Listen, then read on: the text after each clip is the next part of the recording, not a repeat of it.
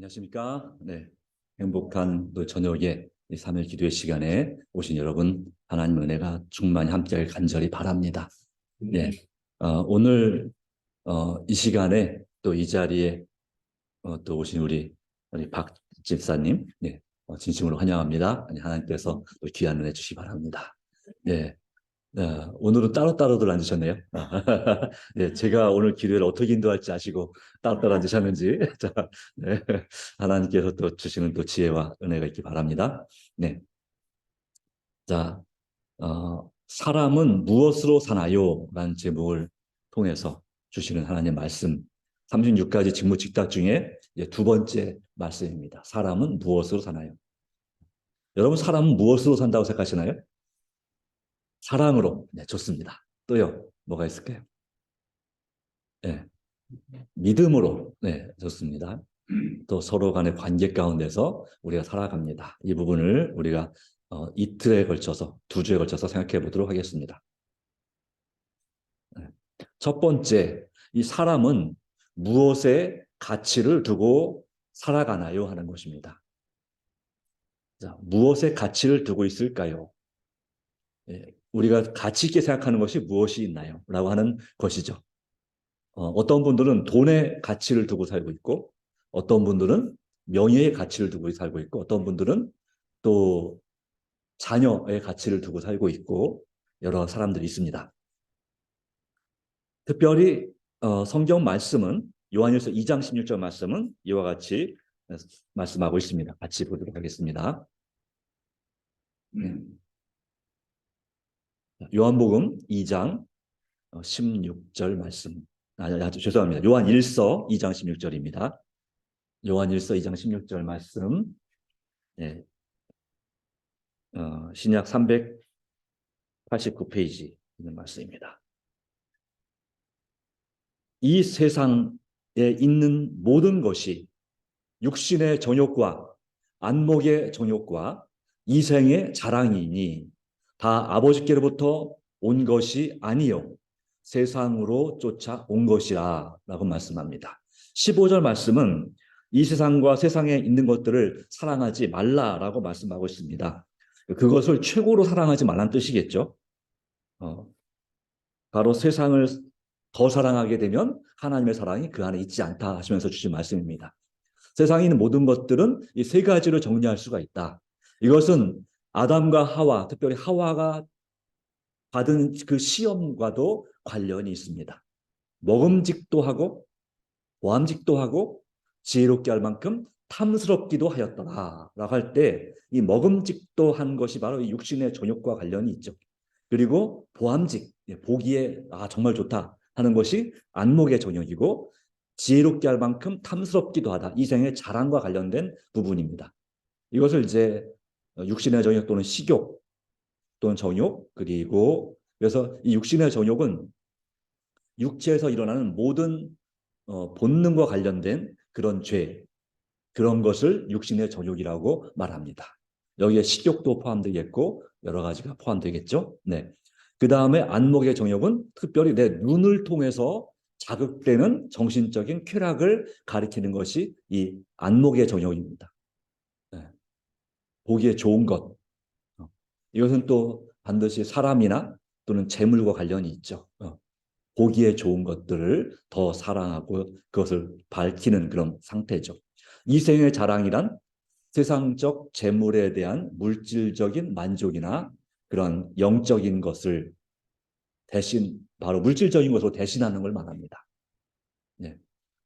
그 전에 참고로 안목의 정욕은 또 바로 권세, 명예 이런 것과도 관련이 있습니다. 그래서 이 사단이 시험한 그 시험의 세 가지, 예수님을 시험했던 것 역시 그 최초의 여자인 하와를 시험했던 것과 똑같은 원리가 되어 있습니다.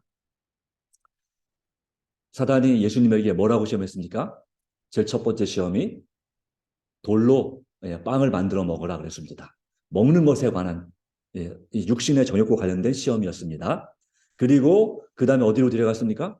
성전 꼭대기로 데려갔습니다. 우리 교회보다 더 높은 성전 꼭대기로 데려가서 거기서 뛰어내리라 했습니다. 이것은 뭐와 관련돼 있을까요? 사람들이 나를 어떻게 보느냐 하는 것이죠. 그래서 명예와 이런 권세와 관련돼 있는 시험입니다.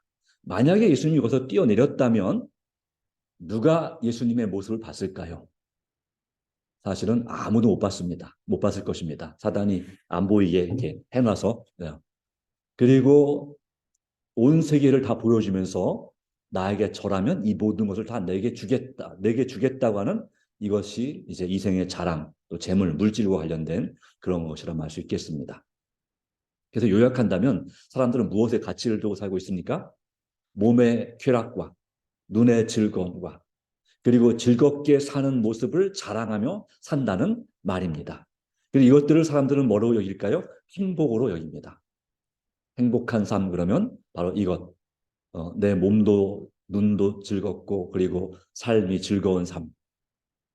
그래서 오늘날 많은 세상 사람들은 현재의 쾌락과 즐거움을 목표로 살아가고 있다고 할 수 있겠습니다. 맞는 것 같습니까? 네, 그렇습니다. 우리는 어떻습니까? 우리는 무엇에 가치를 두고 살아가고 있습니까? 네, 좀 생각해 볼 수 있는 문제가 되겠죠. 네. 현대인의 최고의 가치 기준은 무엇인가요? 하는 것입니다. 그래서 사람들은 이 앞에 있는 세 가지를 만족시키기 위해서 디모전서 6장 10절 말씀 가운데 이와 같이 기록합니다. 자, 보겠습니다. 디모데전서 6장 10절. 돈을 사랑함이 일반 악의 뿌리가 되나니라고 했습니다. 옆에 있는 그림은 이 아이스톡에서 나온 그림인데요. 이 수많은 이 보석들이 있죠, 그죠? 수많은 보석들, 돈과 관련된 것입니다. 이것을 사랑하는 마음, 이게 이제 이 표식인 거죠. 이 돈이나 이 보석이나 이런 것들은 원래 나쁜 것입니까?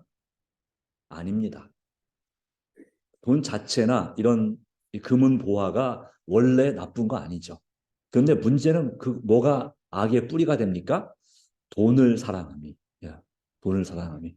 지난 목요일 날 산에 갔을 때 또 그전에도 들었지만 뭐 그 집안에서 그 돈 때문에 벌이는 싸움을 얘기하신 적이 있습니다. 누구 집에서 누구 집안은 이랬고 누구 집안은 이랬고 하면서 그래서 결국은 이 돈이 왼수란 사실을 생각하게 됩니다. 근데 사실 돈이 왼수가 아니라 돈을 사랑하는 마음, 돈에 대한 욕심이 왼수인 거죠. 그렇죠. 그래서 세상은 점점 물질 만능주의, 돈이면 다 된다는 생각으로 그래서 그걸 위해서 수단 방법 가리지 않고 심지어는 형제, 가족 사이에 그 마음까지 상하가면서 그렇게 돈을 또 재물을 탐하고 욕심내고 있습니다. 돈을 벌기 위해서 자기 양심을 팔고 다른 사람들의 고통을 아무렇지도 않게 생각합니다. 일단 내가 일단 잘 살고 내가 남부럽지 않게 살면 그것이 최고라고 생각하는 그런 이기적인 사랑이 가치가 있습니다. 가치가 있다고 생각합니다.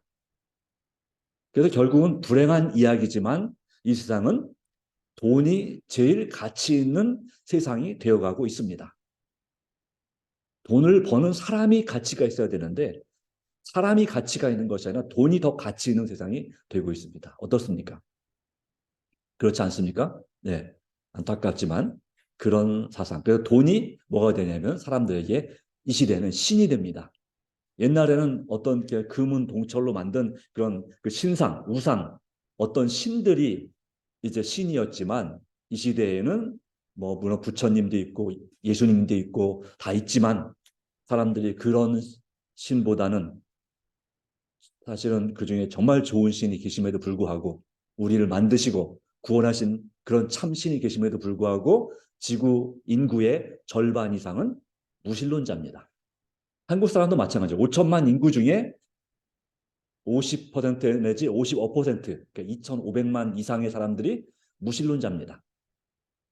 부모님은 하나님을 믿든지 부처님을 믿든지 했을지 모르지만 이 자녀들은 또 어른이 된 자녀들은 대부분 하나님을 믿지 않는 경우가 그렇게 많다고 하는 것입니다. 신이 없다고 믿는 것이죠. 신이 없어야 마음이 편하기도 하고요. 바로 그런 세상에 살아가고 있습니다.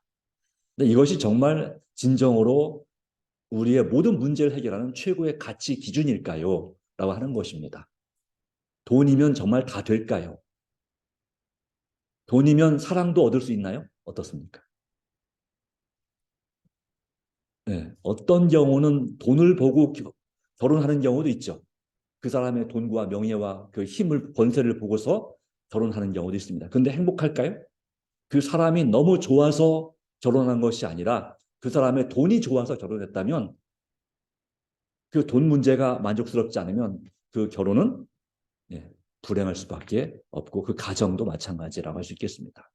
그래서 이 세상에 수많은 문제와 불행들이 정말 행복하고 싶어서 돈을 사랑했는데 재물을 사랑했는데 탐했는데 그 결과로 진짜 행복하게 살아야 되는데 안타깝게도 점점 더 불행이 많아지는 세상이 되고 있습니다. 돈 있는 사람은 더 많이 갖고자 더 욕심을 부리고 없는 사람은 없어서 또 정말 그렇고 여러 가지로 그런 세상입니다. 자, 그러면 이렇게 됐을 때 결국 세상에 이런 가치를 두고 살아간 삶의 결국은 무엇이냐 하는 것입니다.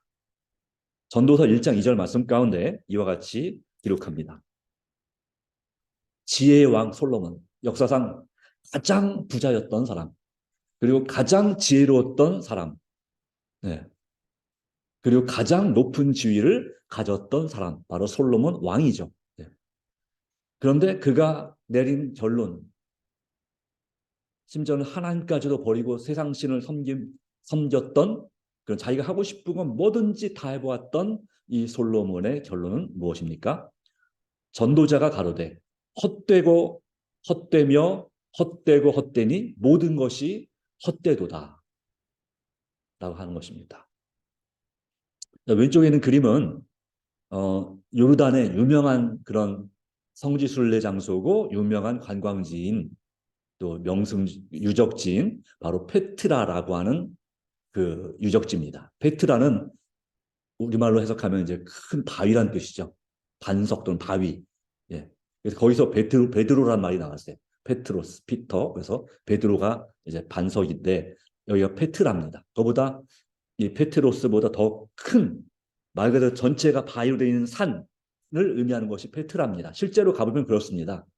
여기를 들어가려면 어, 이한 한 2km가 넘는 한 2, 3km 되는 이 바위 절벽 양쪽으로 바위 절벽이 있는데 하여튼 넓이가 요 의자 하나 길이밖에 안 됩니다. 요 의자 하나 앉아 있는 이 긴 장의자 하나. 네. 넓어도 그렇고 좁으면 더 좁고요. 요건 절반 정도 되고요. 그렇습니다. 그리고 양쪽으로 한 이 교회보다 더 높은 절벽이 그러니까 한 30에서 50m 되는 절벽이 깎아진 절벽이 양쪽으로 쫙 있는 거예요. 거기가 유일한 통로예요. 네. 그러니까 그리고 여기는 옛날에 누가 살았냐면 성경에 나오는 그 유명한 에돔, 에돔 족속, 에서의 후손들이 살고 있었던 곳이 바로 이 페트라입니다. 나중에 에돔 족속이 멸망당한 다음에 나바테안이라고 하는 그러한 예수님 당시 또 사도 바울 당시에 그런 어, 나라가 그렇게 여기에서 이제 무역을 하면서 존재했습니다. 한때는 이 페트라 지역에 5만 명이 넘는 사람이 살았답니다. 그런데 지금은 누구밖에 없을까요? 없어지고 관광객들만 들릅니다. 관광객들을 통해서 돈 벌어먹고 사는 사람들만 여기에 있지 아무도 관광 목적이 아니면 여기는 그냥 죽음의 도시이죠. 이게 다 이제 여기는 바위가 이렇게 부드러운 바위거든요. 그래서 이걸 그 바위를 이렇게 파가지고 위에부터 쭉 파 내려온 거예요. 파 내려와서 여기 안에를 신전으로 또 궁전으로 집으로 만든 것입니다. 대단히 웅장합니다. 키가 지금 밑에 사람이 나와 있지 않지만 높이가 한 2, 30m 되더라고요. 엄청 정말 정말 와 하는 소리 나올 만큼 진짜 웅장합니다. 이게 바로 페트라의 핵심 그 중에서 제일 첫 번째로 보이면서 제일 중요한 장소가 여기가 되겠죠. 그런데 이런 에돔의 이런 대단한 영광도 또 그리스 로마도 마찬가지고요. 그 세계적인 유적과 문화의 대단한 영광들도 지금 결국 가보면 뭐밖에 안 남아 있어요? 돌기둥밖에 안 남아 있어요. 다 돌덩어리만 남아 있습니다. 네. 다 무너져서 그곳에는 예, 적어도 그 유적지는 아무도 살지 않습니다.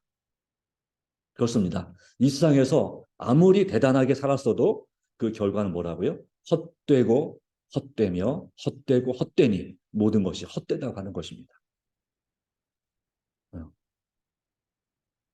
가장 가치 있고 좋았다라고 하는 대신에 전도서에는 37번이나 이 헛되다는 말이 나옵니다. 인간이 하나님과 하나님께 대한 순종 대신에 구하는 모든 것은 하나님이 없는 인생은 하나님의 지도를 받지 못하는 인생은 결국은 허무한 인생이 될 수밖에 없다는 사실을 우리에게 보여주는 한 이 그림이 바로 이 그림이 되겠습니다. 그렇죠. 그러니까 세상의 가치, 돈이면 다 될 줄 알았는데 세상의 가치를 두고 살아가는 삶이 결국은 어떻다고요? 헛된 일을 하는 것이라는 사실을 보여주는 거죠. 죽어라고 열심히 일했는데 지금도 우리 여러분들 중에 정말 잠을 줄여가면서 정말 열심히 너무너무 피곤하다. 잠만 한 번 원 없이 잤으면 좋겠다는 생각이 들 정도로 힘들게 일하시는 분들이 계시지 않습니까? 근데 그것이 그렇게 한 결과가 결국 헛된 거라면 어떻게 하실 것 같습니까? 네. 생각을 다시 해봐야 되겠죠. 그렇죠. 그래서 우선순위가 어디에 둬야 되느냐를 주님은 우리에게 말씀하고 있는 것입니다. 네. 우선순위 어디에 되어 있느냐. 그러기 때때로 하나님께서는 우리가 하나님을 진실하게 믿을 때 재물을 또 부유함을 허락해 주시지만 때때로는 우리가 그것에 빠져서 푹 빠져서 하나님을 멀리하게 될 때 뭐 불이 나거나 어떤 사건이나 사고로 내 건강이 문제가 생기거나 이래서 그것을 다시 한번 생각하게 하시는 사랑의 경고를 주실 때도 가끔 있습니다. 그것을 우리는 가볍게 여기지 말고 하나님의 음성으로 잘 듣고 믿음으로 순종할 필요가 있다는 사실을 우리에게 말하고 있습니다. 그럼 세상 가치 외에 또 다른 가치는 없나요? 하는 것이죠. 네, 있다는 것이죠. 성경 말씀은. 자, 마태복음 4장 4절 말씀 같이 읽어보겠습니다. 예수께서 대답하여 가라사대 기록되었으되 사람이 떡으로만 살 것이 아니요 하나님의 입으로 나오는 모든 말씀으로 살 것이라. 예, 그래서 하였느니라. 마태복음 4장 4절. 예수님께서 시험 받을 때 하신 답이죠. 사람이 떡으로만 살 것이 아니요 하나님의 입으로 나오는 모든 말씀으로 살 것이라. 사람이 우리 자신의 배부름과 그 쾌락으로 사는 것이 전부가 아니라 하나님의 말씀으로 산다고 말씀하셨습니다. 왜 그럴까요?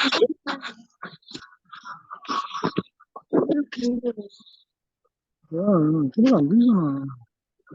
자, 잠깐, 안 자, 음소거 해주세요. 네. 네, 자,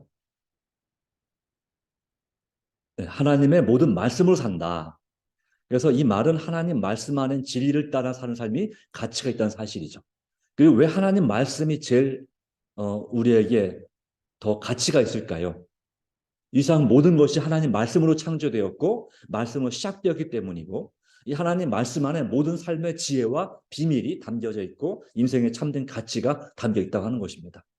죽음으로 끝나는 세상이 아니라 인생이 아니라 바로 죽음 이후에도 부활의 약속이 있고 그 소망 가운데 예수님을 믿는 믿음으로 우리가 영원한 생명과 행복을 누릴 수 있는 그런 가치 있는 존재임을 우리에게 말씀하고 있는 것입니다. 지금 이 세상에 사는 동안에 건강하게 살든지 아니면 건강하지 못하게 살든지 관계없이 지금 현재 이 땅에서 내가 잘생겼든지 아니면 못생겼든지 상관없이 이 세상에 사는 동안에 정말 부유하든지 가난하든지 상관없이 우리 주님은 우리에게 그 몇십 년에 정말 그 한순간에 지나가는 그 아침에 있다가 없어지는 안개 같은 그런 우리의 인생, 풀과 같은 인생, 또 그 영광의 풀의 꽃과 같은 그 인생에 대해서 주님은 말씀하셨죠. 그것이 아니라 하나님 말씀이 영원히 있게 될 것이다라는 사실을 우리에게 말씀하고 있습니다. 그래서 오늘의 마지막 말씀입니다. 하나님 말씀은 어떤 가치를 지니고 있나요? 하는 것이죠. 베드로전서 1장 24절 25절 말씀 가운데 보면 이와 같이 기록합니다. 베드로전서 1장 24절 25절 말씀. 신약 377페이지입니다. 모든 육체는 풀과 같다 나왔어요. 아침마다 보는 풀, 또는 이름도 잘 모르는 풀이 있죠. 그리고 그 풀에는 뭐가 핍니까? 꽃이 피죠. 야생화든 집에서 키우는 것이든 다 꽃이 핍니다. 그래서 그 꽃은 그 인생의 뭐가 같아요? 영광과 같은 거예요. 인생의 영광이고 권세고 자랑이고 행복이죠. 그런데 뭐라고요? 풀도 언젠가는 가을이 되면 마르고 그 전에 풀이 마르기 전에 그 전에 뭐가 먼저 떨어집니까? 꽃이 시듭니다. 꽃은 떨어지되. 그래서 이 자연의 변화가 우리 인생의 모습을 보여주는 것입니다. 그래서 가을이 되면 겨울을 준비하는 것처럼 우리 인생의 가을이 되면 어떻습니까? 열매가 풍성하게 많겠죠. 그 열매를 보고서 만족하고 끝날 것이 아니라 내 인생의 겨울을 준비해야 된다. 죽음 이후에 영생의 삶이든지 아니면 영멸의 삶이든지 그 삶을 준비해야 된다는 사실을 우리에게 보여주고 있습니다. 그러기에 오직 풀은 마르고 꽃은 떨어지되 오직 주의 말씀은 세세토록 뭔 뜻입니까? 영원한 세월 동안 있을 것이다 라고 말씀하는 거죠. 이것이 바로 이 너희에게 전한 복음이 곧 이 말씀이다. 그러면 성경의 가치는 무엇입니까? 우리에게 구원에 이르는 지혜를 알려주는 것입니다. 우리에게 인내와 위로의 소망을 주는 것입니다. 우리 마음을 변화시키는 힘을 가지고 있습니다. 인생의 수많은 것들은 우리 마음을 변화시키기에 무척 어렵습니다. 그러나 하나님의 말씀, 최고의 선물인 성경 말씀은 우리의 영혼을 변화시킬 수 있고 우리의 품성을 변화시켜서 하늘에 적합한 사람이 되게 만듭니다. 그러기에 우리는 세상에 사람들이 다 가치를 두고 있는 이 육신의 정욕, 안목의 정욕, 이생의 자랑에 최고의 가치를 두지 말고 어디에 가치를 둬야 되겠다고요? 오직 하나님의 말씀에 가치를 두고, 그렇다면 그 말씀의 가치만 두는 것이 아니라 이 말씀이 나에게 정말 살아있는 말씀이 되게 해야 되겠죠. 그죠? 이 말씀대로 살아야 되겠죠. 떡으로만, 빵으로만이 아니라 오직 하나님의 입에서 나오는 모든 말씀으로 살 것이다. 말씀을 믿음으로 우리가 살아야 되고, 날마다 말씀을 그러기에 암송하기 어려우면 읽고, 그리고 묵상하고, 그 말씀을 가지고 우리가 하나님께 기도하고, 하나님 이 말씀을 믿습니다. 이 말씀대로 살게 하여 주시옵소서 기도하고, 또 우리 자신의 마음을 깨우쳐 주시는, 말씀으로 깨우쳐 주시는 우리 양심을 일깨우는 하나님의 음성에 귀를 기울여 진정으로 회개하고, 또 이 귀한 영혼들을 위해서 우리가 정말 간절히 기도하는 그런 책임이 오늘 우리들에게 있는 것입니다. 그래서 여러분, 오직 주의 말씀은 세세토록 영원토록 있다 말씀했습니다.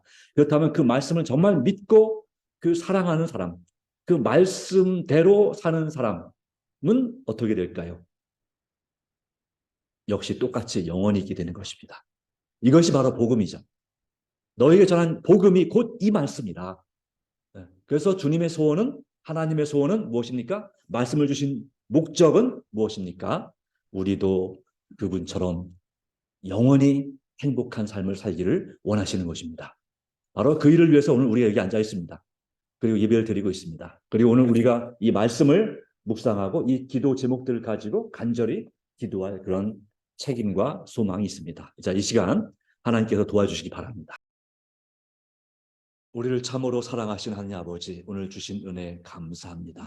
사람이 무엇으로 사나요 하는 제목을 가지고 세상 많은 사람들이 재물과 돈의 가치를 두고 살아가지만 그것이 최고의 가치가 아니고 오직 하나님의 말씀이, 그 말씀으로 살아갈 때 우리에게 죽음을 극복하게 하고 그 이상의 영원한 행복을 우리 약속하시는 인생의 또 가치를 약속하셨습니다. 감사합니다.